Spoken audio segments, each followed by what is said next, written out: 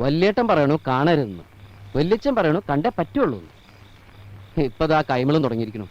എല്ലാവർക്കും ഇഷ്ടാനുസരണം തട്ടിക്കളിക്കാൻ എന്റെ ഹൃദയം എന്താ റബ്ബർ പന്താ? നിന്റെ ഗുണവും ദോഷവും അറിഞ്ഞ് നിന്നെ സ്നേഹിക്കാൻ കഴിവുള്ള ഒരു പെണ്ണ് കൂടുണ്ടെങ്കിലേ ഇനി നിനക്കൊരു ഭാവിയുള്ളൂ. വേണ്ട കൈമളെ, സഹതാപം കൊണ്ട് കിട്ടുന്ന സൗജന്യം ഒടുവിൽ നിശ്ചയിച്ചുറപ്പിച്ച കല്യാണം മുടക്കാൻ വീണ്ടും ഒരു ഭ്രാന്തന്റെ വേഷം. ഒന്നും വേണ്ട. ഒരിക്കലും അതുപോലെ ആവില്ല, എനിക്ക് ഉറപ്പുണ്ട്. ആരെതിർത്താലും നിനക്കൊപ്പം അവൾ ഉണ്ടാവും. അവളുടെ മനസ്സ് നിനക്കറിയാത്തോണ്ടാ. അല്ല, സ്വന്തമായിട്ടൊരു പെടക്കോഴി പോലും ഇല്ലാത്ത കൈമളാണോ പെണ്ണിന്റെ മനസ്സിനെ കുറിച്ച് സംസാരിക്കുന്നത്? വാത്സ്യായന മുനി കാമശാസ്ത്രം എഴുതിയത് കല്യാണം കഴിച്ചിട്ടാണോ? ആണോ? അല്ലേ? അല്ല, അതിപ്പോ എന്തോ ആയിക്കോട്ടെ. നെഞ്ചി കൈവച്ചോട്ട് നിനക്ക് പറയാൻ പറ്റുമോ നിന്റെ മനസ്സിൽ അവളില്ലാന്ന്? അങ്ങനെ പെട്ടെന്ന് ചോദിച്ചാ എന്താ പറയാ? കൈമണ്ണൂറായതുകൊണ്ട് ഞാൻ എല്ലാം തുറന്നു പറയാം. അവളെ ഇഷ്ടപ്പെടാതിരിക്കാൻ 3 കാരണങ്ങളുണ്ട്. എന്താ?